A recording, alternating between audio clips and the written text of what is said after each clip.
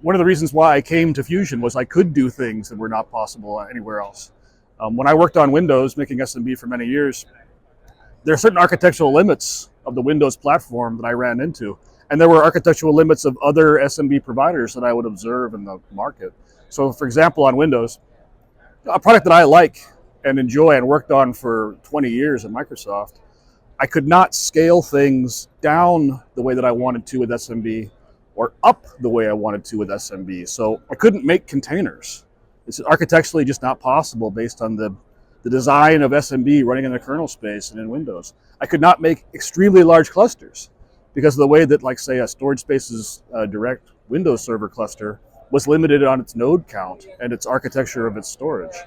So when I started looking at things like Fusion, I would see these options and these abilities to take the protocol that I've spent so much time working on across the complete spectrum of computing for these minuscule, tiny little Linux containers, which you can make so small. It's a decomposable operating system in a way that Windows is not.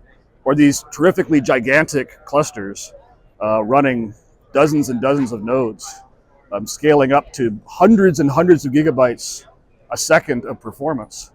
And it would really let me tap into seeing, what SMB could really do at both the small and large scale.